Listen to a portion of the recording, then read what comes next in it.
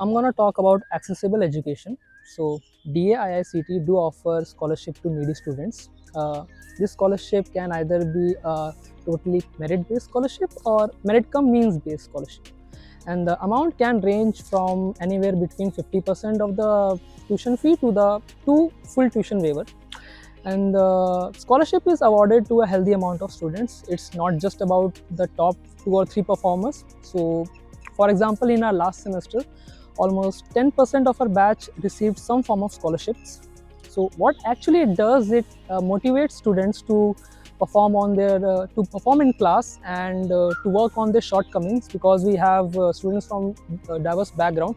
So each one is motivated to perform on their shortcomings and to become eligible for the scholarship.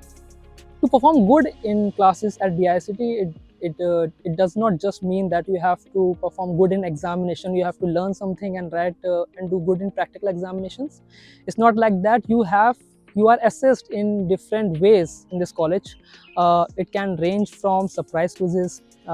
We also have 100-minute surprise challenges where different groups compete against each other for bonus marks, and then we might also be required to prepare our own lectures and teach to the class. In this way, DICT makes sure that you are learning the subject thoroughly.